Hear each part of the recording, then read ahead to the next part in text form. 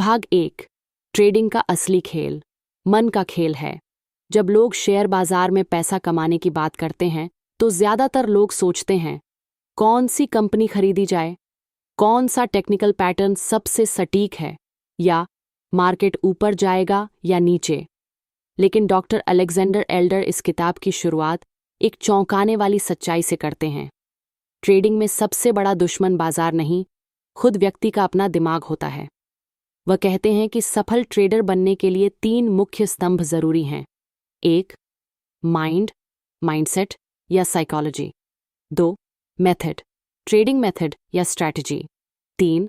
Money management यानी risk control. और इन तीनों में सबसे ज्यादा अनदेखा किया जाने वाला पहलू है मनोविज्ञान। यदि आप बाजार में खुद को नहीं संभाल पाए तो चाहे आपकी रणनीति कितनी भी सही क्यों ना हो, आप अंततः हारेंगे। एल्डर बताते हैं कि ज्यादातर लोग ट्रेडिंग को एक बुद्धिमत्ता का खेल मानते हैं, लेकिन असल में यह एक भावनात्मक अनुशासन का खेल है। मार्केट आपकी भावनाओं को परखता है। लालच, डर, आशा, पछतावा, और जो इन भावनाओं को कंट्रोल नहीं कर पाते वे अपने पैसे के साथ साथ आत्मविश्वास भी खो बैठते हैं। भावनाएं बनाम अनुशासन। एल्डर स्पष्ट करते हैं कि सबसे आम गलती जो ट्रेडर्स करते हैं वह है होप एंड होल्ड, यानी नुकसान में भी उम्मीद में ट्रेड पकड़े रहना। दूसरी गलती है फियर एंड एग्जिट, यानी हल्का सा फायदा होते ही डर कर बाहर निकल जाना। इन दोनों व्यवहारों की जड़ में होता है भावनाओं का नियंत्रण न होना। इसलिए पहला पाठ यह है, अगर आप अपने मन को नियंत्रित नहीं कर सकते तो मार्केट आपको बहुत जल्दी सिखा देगा कि वह कितना निर्दयी शिक्षक है। एल्डर यहाँ एक और अहम बात जोड़ते हैं कि ट्रेडिंग करना जुआ खेलने जैसा नहीं है, लेकिन अगर आप बिना मानसिक अनुशासन के ट्रेडिंग करते हैं तो आप जुएबाज से ज़्यादा खतरनाक बन जाते हैं, क्योंकि आपके पास सिस्टम तो है पर उस पर नियंत्रण नहीं। आत्मविनाश का चक्र। कई ट्रेडर्स के साथ एक चक्र चलता है। शुरुआत में उत्साह और आत्मविश्वास के साथ ट्रेड करना, 1 या 2 बार फायदा मिलना, फिर ओवर ट्रेड करना, यानी बार बार ट्रेड डालना, बड़ी गलती करके बड़ा नुकसान खाना, फिर आत्मग्लानि और डर में डूब जाना, और अंततः मार्केट से बाहर हो जाना। एल्डर इस चक्र को सेल्फ डिस्ट्रक्टिव बिहेवियर साइकिल कहते हैं। इसे तोड़ने का एकमात्र तरीका है स्वयं का निरीक्षण करना, यानी अपने मन की दशा को पहचानना। ट्रेडिंग डायरी का महत्व। लेखक एक अत्यंत व्यावहारिक अभ्यास सुझाते हैं।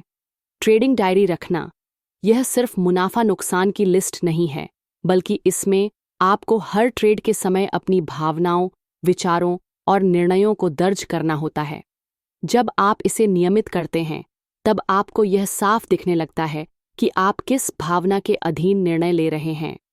एल्डर कहते हैं, successful traders are thoughtful, losers react emotionally, यानी सफल ट्रेडर सोच समझकर निर्णय लेते हैं, जबकि हारने वाले भावनाओं के अनुसार प्रतिक्रिया देते हैं। खुद को समझने का विज्ञान। ट्रेडिंग में बाहरी जानकारी से ज़्यादा ज़रूरी है आंतरिक जानकारी। इसका मतलब है खुद को जानना। एल्डर मनोचिकित्सक हैं, इसलिए वे कई स्थानों पर इस बात को रेखांकित करते हैं कि एक ट्रेडर को अपने भीतर के डर, आदतों और अपेक्षाओं को समझना बेहद आवश्यक है। अगर आप हर बार तनाव में आकर वही गलतियां दोहराते हैं तो तकनीकी ज्ञान भी आपको नहीं बचा सकता। भाग 1 का सार। ट्रेडिंग एक मन का खेल है, तकनीक और टूल्स बाद में आते हैं। मार्केट आपकी भावनाओं की परीक्षा लेता है।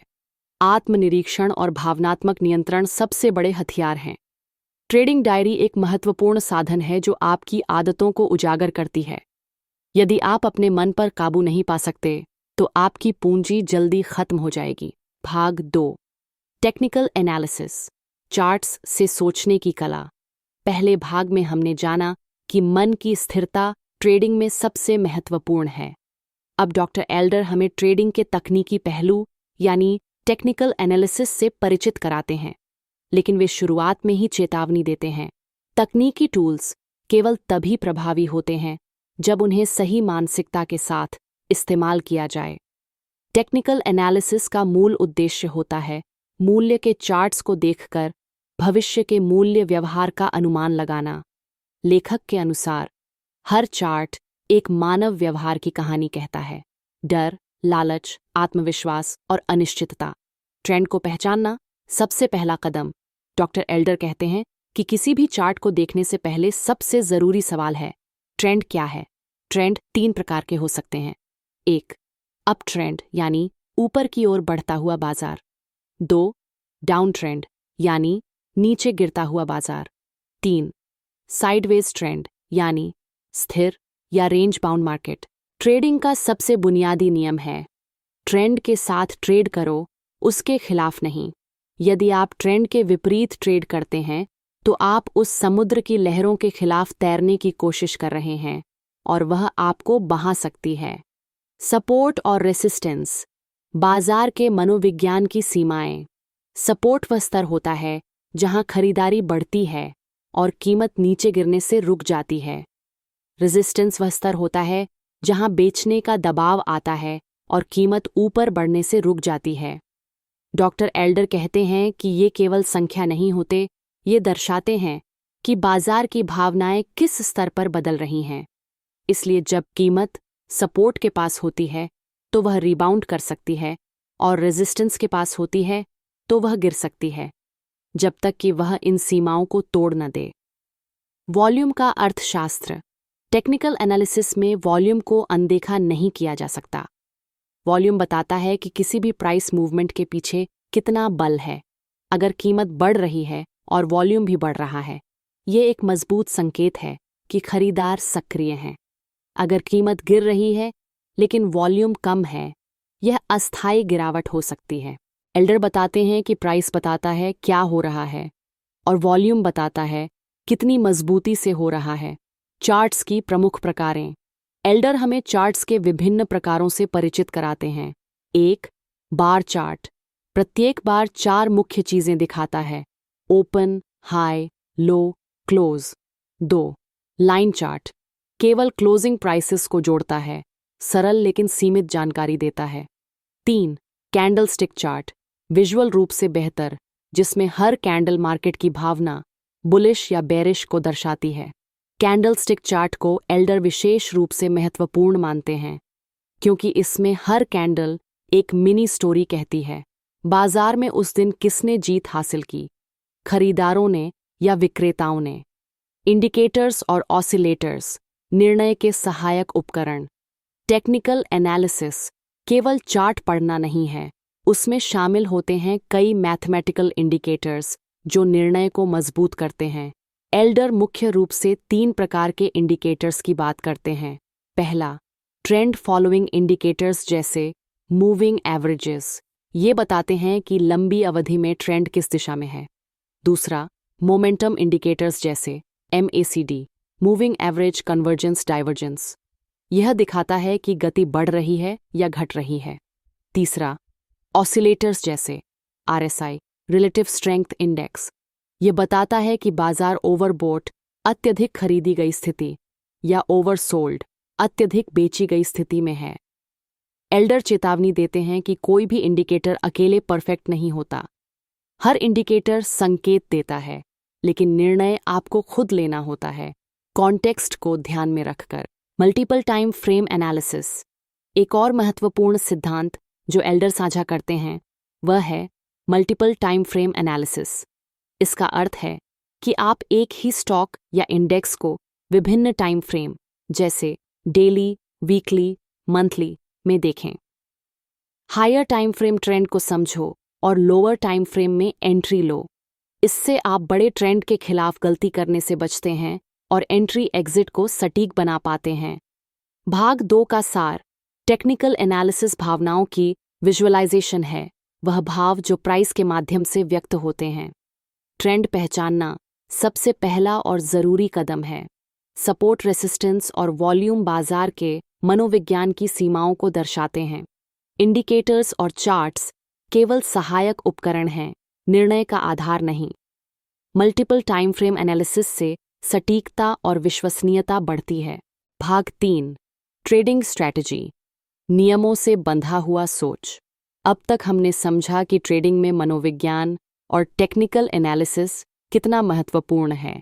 लेकिन एक सफल ट्रेडर बनने के लिए केवल तकनीकी संकेतों को पहचानना पर्याप्त नहीं, बल्कि उन संकेतों के आधार पर एक ठोस सिस्टम यानी ट्रेडिंग स्ट्रैटेजी बनाना जरूरी है। डॉक्टर एल्डर बताते हैं कि एक मजबूत स्ट्रैटेजी का मतलब होता है आप किसी भी परिस्थिति में यह जानते हैं कि कब ट्रेड करना है, कब रुकना है और कब बाहर निकलना है। एक ट्रेडिंग स्ट्रैटेजी के मुख्य घटक। लेखक के अनुसार हर ट्रेडिंग स्ट्रैटेजी में निम्नलिखित 5 मुख्य तत्व होने चाहिए। पहला, मार्केट सिलेक्शन, आप किस मार्केट या स्टॉक को ट्रेड करेंगे। दूसरा, एंट्री रूल्स, आप कब और किस स्थिति में ट्रेड में प्रवेश करेंगे। तीसरा, एग्जिट रूल्स यानी लॉस, यदि ट्रेड उल्टा चला जाए तो कहाँ नुकसान रोकेंगे। चौथा, एग्जिट रूल्स यानी प्रॉफिट, लाभ होने पर आप कहाँ बाहर निकलेंगे। पांचवा, पोजीशन साइजिंग, हर ट्रेड में आप कितनी पूंजी लगाएंगे। अगर आपकी रणनीति इनमें से किसी एक को भी नज़रअंदाज करती है तो आप बाजार में स्थायित्व के साथ नहीं टिक पाएंगे। एंट्री रूल्स, कब और क्यों। एल्डर बताते हैं कि कोई भी एंट्री सिर्फ अनुभव या फीलिंग के आधार पर नहीं होनी चाहिए। आपको साफ साफ नियम चाहिए। उदाहरण, अगर आरएसआई ओवरसोल्ड से ऊपर निकल रहा है और मूविंग एवरेज अपवर्ड स्लोप पर है तो एंट्री करें, या यदि कीमत सपोर्ट पर हो और बुलिश कैंडलस्टिक बने तो खरीदें। आपके एंट्री नियम ऑब्जेक्टिविटी देने चाहिए ताकि हर बार आपको वही प्रक्रिया दोहरानी हो, न कि भावनाओं के आधार पर कोई निर्णय लेना पड़े। स्टॉप लॉस, आत्मसंरक्षण का कवच। एल्डर कहते हैं कि हर ट्रेड से पहले स्टॉप लॉस तय होना चाहिए। यह वो स्तर है जहां आप कहते हैं, अगर मार्केट यहां तक चला गया तो मेरी योजना गलत थी और मुझे बाहर निकलना होगा। स्टॉप लॉस लगाने से 2 फायदे होते हैं। 1, नुकसान सीमित रहता है। 2, मानसिक शांति मिलती है क्योंकि नुकसान पहले से तय होता है। लेखक कहते हैं, ट्रेडिंग में सबसे पहला नियम है बच जाओ, पैसा बाद में कमाया जा सकता है। प्रॉफिट टारगेट और ट्रेलिंग स्टॉप्स, हर ट्रेड में सिर्फ स्टॉप लॉस ही नहीं बल्कि लाभ लेने का प्लान भी तय होना चाहिए। आप फिक्स टारगेट लगा सकते हैं, जैसे बेम्स टू रिस्क रिवॉर्ड रेशियो, या ट्रेलिंग स्टॉप इस्तेमाल कर सकते हैं, यानी जैसे जैसे प्राइस आपके पक्ष में बढ़ता है स्टॉप लॉस को भी ऊपर खिसकाते जाइए। यह रणनीति लाभ को चलने देती है और नुकसान को काटती है। Let profits run, cut losses short, यही सफल ट्रेडिंग का मूल मंत्र है। बैक टेस्टिंग, सिस्टम को परखना, कोई भी ट्रेडिंग स्ट्रैटेजी शुरू करने से पहले उसे बैक टेस्ट करना चाहिए, यानी पुराने डेटा पर यह चेक करना कि आपका नियम अतीत में कैसा प्रदर्शन करता। एल्डर बताते हैं कि बैक टेस्टिंग के 2 तरीके होते हैं। 1, मैनुअली, चार्ट देख देख कर। 2, सॉफ्टवेयर के जरिए, जैसे MetaTrader, trading view etcetera. Back testing का उद्देश्य है यह समझना कि आपकी रणनीति कितने प्रतिशत बार सफल होती है, औसतन एक सफल ट्रेड कितना लाभ देता है और असफल ट्रेड कितना नुकसान। यदि यह अनुपात सकारात्मक है यानी सिस्टम प्रॉफिटेबल है, तभी उसे रियल मार्केट में लागू करना चाहिए। ट्रेडिंग जर्नल, हर निर्णय का दस्तावेज। एल्डर बार बार जोर देते हैं कि ट्रेडिंग जर्नल रखें।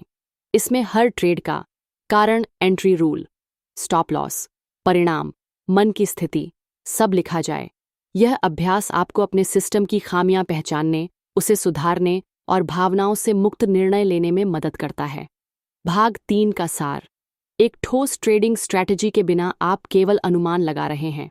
हर स्ट्रैटेजी के 5 स्तंभ होते हैं: market, entry, exit, loss profit, position size, stop loss और प्रॉफिट टारगेट प्रीडिफाइंड होने चाहिए।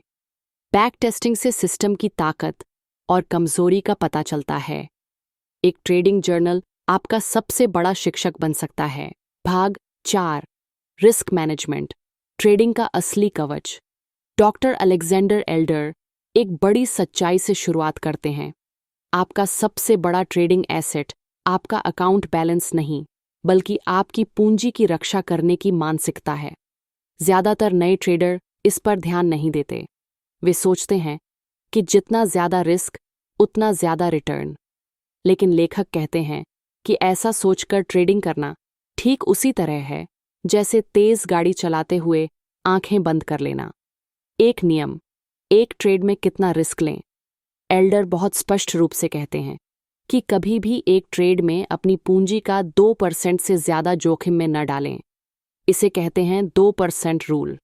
उदाहरण, यदि आपके अकाउंट में 1 लाख रुपए हैं तो किसी भी ट्रेड में अधिकतम 2000 का ही जोखिम लेना चाहिए। इसका मतलब यह नहीं कि आप सिर्फ 2000 लगाएं। इसका मतलब यह है कि यदि ट्रेड उल्टा चला जाए तो अधिकतम नुकसान 2000 ही हो। पोजीशन साइजिंग, कितना खरीदें, कितना बेचें। पोजीशन साइजिंग इस बात का गणित है कि आप कितने शेयर खरीदें या बेचें ताकि आपका जोखिम 2% के अंदर रहे। यह तय होता है 1. आपके अकाउंट साइज से, 2. आपके स्टॉप लॉस की दूरी से। उदाहरण, अगर किसी स्टॉक में आपका स्टॉप लॉस 10 दूर है और आप केवल 2000 का रिस्क लेना चाहते हैं तो आप अधिकतम 200 शेयर खरीद सकते हैं। इससे आपको स्पष्ट, गणनात्मक और नियंत्रित ट्रेडिंग व्यवहार मिलता है। रिस्क और रिवॉर्ड का अनुपात क्यों जरूरी है? एक सफल ट्रेडर बनने के लिए आपको हर ट्रेड में रिस्क रिवॉर्ड रेशियो का ध्यान रखना होता है। एल्डर कहते हैं कि न्यूनतम अनुपात 1.2 होना चाहिए, यानी अगर आप 1000 का रिस्क ले रहे हैं तो कम से कम 2000 का संभावित लाभ होना चाहिए। इसका फायदा यह है, भले ही आप केवल 40% ट्रेडों में सही हों, फिर भी आप अंत में लाभ में रहेंगे। रिस्क का नियंत्रण, आसट मानसिक शांति। रिस्क मैनेजमेंट केवल पैसे का खेल नहीं है, यह मनोविज्ञान का भी खेल है। जब आप जानते हैं कि आपने जोखिम को पहले से नियंत्रित कर रखा है, आप डर के मारे गलत फैसले नहीं लेंगे, आप रिवेंज ट्रेडिंग से बचेंगे, आप नुकसान को स्वाभाविक हिस्सा मानेंगे, न कि व्यक्तिगत विफलता। लेखक बार बार दोहराते हैं कि एक ट्रेड का परिणाम आपके कंट्रोल में नहीं है, लेकिन उस पर लिया गया निर्णय पूरी तरह आपके कंट्रोल में है। बुरा परिणाम, बुरा निर्णय, यह एक बहुत अहम सिद्धांत है जिसे नए ट्रेडर्स समझ नहीं पाते। कई बार आप सभी सही नियमों का पालन करते हैं, चार्ट भी अच्छा था, एनालिसिस भी मजबूत था, रिस्क भी कंट्रोल में था, लेकिन फिर भी ट्रेड घाटे में चला गया। एल्डर कहते हैं, ऐसा परिणाम बुरा नहीं है, यह एक अच्छा निर्णय है जिसने बस गलत रिजल्ट दिया। इसी तरह कभी कभी आप सारे नियम तोड़कर ट्रेड करते हैं और अचानक मुनाफा हो जाता है। यह अच्छा परिणाम है, लेकिन बुरा निर्णय। एक पेशेवर ट्रेडर नियमों से परिभाषित होता है, परिणामों से नहीं। लॉस को स्वीकार करना सीखें। हर सफल ट्रेडर लॉस से डरता नहीं, वह उन्हें व्यवसाय की लागत, कॉस्ट ऑफ डूइंग बिजनेस समझता है। एल्डर बताते हैं कि नुकसान हो तो उसे लॉग करें, अपने नियमों की समीक्षा करें और अगली बार बेहतर निर्णय लें, लेकिन बदला न लें। भाग 4 का सार। रिस्क मैनेजमेंट के बिना कोई भी ट्रेडिंग स्ट्रैटेजी अधूरी है। एक ट्रेड में अधिकतम 2% पूंजी ही जोखिम में डालें। पोजीशन साइज को स्टॉप लॉस के अनुसार तय करें। रिस्क रिवॉर्ड रेशियो हमेशा 1.2 या उससे बेहतर रखें। एक बुरा ट्रेड भी अच्छा निर्णय हो सकता है यदि वह नियमों के अनुसार लिया गया हो। लॉस को व्यक्तिगत असफलता न मानें, उसे सीख समझें। भाग 5, प्रोफेशनल ट्रेडर की मानसिकता, आत्मनियंत्रण का अभ्यास। डॉक्टर अलेक्जेंडर एल्डर की पूरी किताब एक बात पर लगातार जोर देती है, ट्रेडिंग में तकनीकी ज्ञान से ज्यादा जरूरी है आत्मनियंत्रण और मानसिक अनुशासन। आप चाहे कितनी भी बेहतरीन रणनीति बना लें, अगर आप डर, लालच या पछतावे में डूबकर ट्रेड कर रहे हैं तो आप टिक नहीं पाएंगे। इस भाग में लेखक विस्तार से बताते हैं कि एक सफल ट्रेडर की मानसिक दुनिया कैसी होती है और उसमें हम किस तरह सोच और व्यवहार को ढाल सकते हैं। भावनाओं के फंदे, लालच, डर, आशा, पछतावा। एल्डर 4 प्रमुख भावनाओं की बात करते हैं जो हर ट्रेडर को घेरे रहती हैं। 1. लालच, थोड़ा और कमा लेते हैं। इसी सोच में लोग पोजीशन को बहुत देर तक होल्ड करते हैं और लाभ खो देते हैं। 2. डर, कहीं नुकसान न हो जाए। इस डर में लोग अच्छे सेटअप को छोड़ देते हैं या फायदे में जल्दी बाहर निकल जाते हैं। 3. आशा, शायद रिवर्स हो जाए। यह भावना नुकसान में चल रहे ट्रेड को बंद करने से रोकती है। 4. पछतावा, काश ये ट्रेड किया होता। यह लगातार आपकी मनोस्थिति को डामाडोल करता है। लेखक कहते हैं, इन भावनाओं से मुक्ति का एकमात्र उपाय है नियमों का पालन, ट्रेडर की दिनचर्या, एक मानसिक अनुशासन। एल्डर बताते हैं कि एक प्रोफेशनल ट्रेडर किसी सैनिक या योगी की तरह अनुशासित जीवन जीता है। वह हर दिन तय प्रक्रिया के अनुसार चलता है, मार्केट ओपन होने से पहले तैयारी करता है, अपनी स्ट्रैटेजी और मनी मैनेजमेंट की समीक्षा करता है, ट्रेड लेने से पहले खुद से पूछता है, क्या मैं आज मानसिक रूप से शांत हूं? हर ट्रेड के बाद जर्नल भरता है, लाभ हो या हानि। यह मानसिक अनुशासन धीरे धीरे भावनात्मक रिएक्शन को जवाबदेह सोच में बदल देता है। आत्म जागरूकता का अभ्यास। डॉक्टर एल्डर एक शक्तिशाली अभ्यास बताते हैं। मनोवैज्ञानिक रिव्यू। हर हफ्ते या महीने के अंत में खुद से सवाल पूछें, क्या मैं नियमों का पालन कर रहा हूं? क्या मैं भावनाओं के अधीन ट्रेड कर रहा हूं? क्या मैंने किसी ट्रेड में बदला लेने की भावना से प्रवेश किया? क्या मैंने बहुत ज़्यादा ट्रेड किए? इस आत्म परीक्षण से आप खुद को सुधारने का मौका देते हैं। आप खुद के कोच बनते हैं। आत्मनियंत्रण कैसे विकसित करें? एल्डर कई रणनीतियां सुझाते हैं जिनसे आप अपनी मानसिक शक्ति बढ़ा सकते हैं। 1. विजुअलाइजेशन। ट्रेड से पहले आंखें बंद कर उस ट्रेड को अपने मन में देखें। अगर वह सफल हो तो आप क्या करेंगे? असफल हो तो क्या करेंगे? इससे वास्तविक स्थिति आने पर आप मानसिक रूप से तैयार रहते हैं। 2. अफर्मेशंस। मैं नियमों से ट्रेड करता हूँ। मैं नुकसान से नहीं डरता, मैं उसे एक सीख मानता हूँ। मैं भावनाओं से नहीं, रणनीति से निर्णय लेता हूँ। 3. Breaks and reflection. लगातार ट्रेडिंग करना आपके सोचने की क्षमता को कुंद कर सकता है। समय समय पर ब्रेक लें, किताब पढ़ें, मार्केट से दूर रहें। लूजिंग स्ट्रीक से कैसे निकलें? हर ट्रेडर के जीवन में ऐसे दौर आते हैं जब लगातार नुकसान होते हैं। एल्डर इसे लूजिंग स्ट्रीक कहते हैं। ऐसे समय में ट्रेडिंग से थोड़े समय के लिए विराम लें। छोटे साइज में ट्रेडिंग शुरू करें। नियमों पर फोकस करें, पैसा वापसी में आएगा, नियम न टूटें। लेखक कहते हैं, लूजिंग स्ट्रीक से बाहर निकलने की कुंजी है consistency plus control plus patience. भाग 5 का सार। ट्रेडिंग में भावनाएं सबसे बड़ा खतरा है। लालच, डर, आशा और पछतावा को पहचानें। प्रोफेशनल ट्रेडर बनने के लिए दिनचर्या और अनुशासन जरूरी हैं। आत्म जागरूकता और मानसिक नियंत्रण ट्रेडिंग को शुद्ध करते हैं। विजुअलाइजेशन, एफर्मेशन और रिफ्लेक्शन आपके मन को मजबूत करते हैं। लूजिंग स्ट्रीक से निपटना संभव है। अगर आप टूटे नहीं तो आप जीतेंगे। भाग 6। ट्रेडिंग को एक पेशा बनाना, अनुशासन से आज़ादी की ओर। डॉक्टर अलेक्जेंडर एल्डर इस अंतिम भाग की शुरुआत एक सीधी लेकिन गहरी बात से करते हैं। ट्रेडिंग आपको आज़ादी दे सकती है, समय की, धन की, जीवन की, लेकिन उसकी कीमत है अनुशासन, समर्पण और लगातार सीखना। बहुत से लोग ट्रेडिंग को जल्दी अमीर बनने का जरिया मानते हैं, लेकिन जो लोग लंबे समय तक इस क्षेत्र में टिके रहते हैं, वे ट्रेडिंग को एक व्यवसाय की तरह चलाते हैं, जहां हर निर्णय, हर जोखिम और हर परिणाम व्यवस्थित होता है। ट्रेडिंग एक व्यवसाय है, न कि खेल। लेखक बताते हैं कि अगर आप व्यापार करते हैं, जैसे कपड़ों की दुकान या रेस्तरां, तो आप इन्वेंट्री मैनेज करते हैं, खर्च और आय का हिसाब रखते हैं, निवेश से पहले योजना बनाते हैं। ठीक उसी तरह ट्रेडिंग में भी आपको ट्रेडिंग प्लान बनाना होता है, पूंजी और जोखिम का हिसाब रखना होता है, अपनी प्रोडक्टिविटी यानी रणनीति की सफलता को ट्रैक करना होता है।